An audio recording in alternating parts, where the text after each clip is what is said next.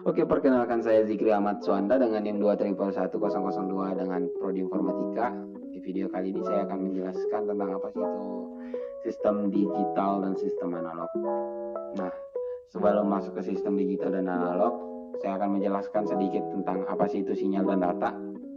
Oke, pengertian sinyal dan data. Sinyal itu dapat diartikan sebagai sekumpulan nilai yang mewakili sebuah variabel fisik. Nah, variabel fisik itu bisa berupa suara, cahaya, temperatur, dan arus. Sedangkan data itu adalah sekumpulan informasi yang didapat dari suatu pengamatan, dapat berupa angka, lambang, atau sifat. Nah, menurut Webster New World Dictionary, pengertian data adalah things known or assumed, yang berarti bahwa data itu sesuatu yang diketahui atau dianggap. Diketahui itu artinya yang sudah terjadi atau merupakan fakta dan bukti. Nah, selanjutnya kita akan masuk ke analog dan digital.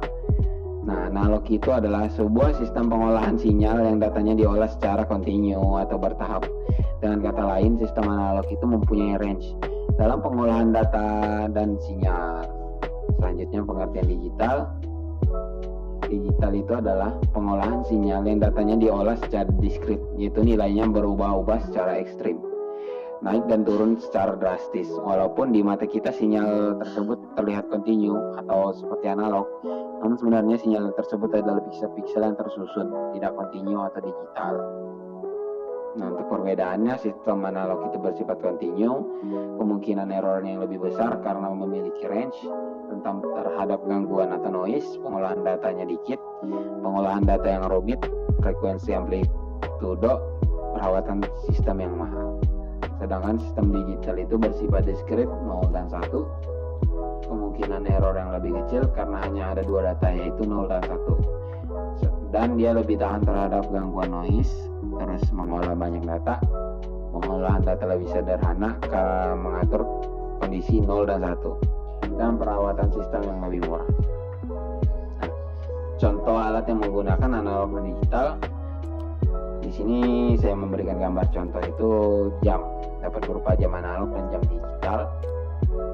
Nah, kesimpulannya itu, jika diumpamakan dalam kehidupan sehari-hari, sinyal analog itu seperti perubahan siang dan malam. Jika di saat fajar, sinar matahari bertahap mulai dari redup hingga semakin terang. Puncaknya adalah siang hari, lalu berangsur-angsur meredup sampai senja terbenam gelap. Nah, bayangkan jika perubahan siang dan malam itu adalah secara digital, maka saat fajar sinar matahari langsung terang seperti siang, terangnya tidak bertahan tidak berubah sampai senja tiba-tiba langsung gelap gulita, dikarenakan sistem digital tidak mempunyai range dalam perubahan sinyalnya, berbeda dengan sistem analog. Terima kasih. Untuk source-nya saya mengambil dari website andalantekno.id.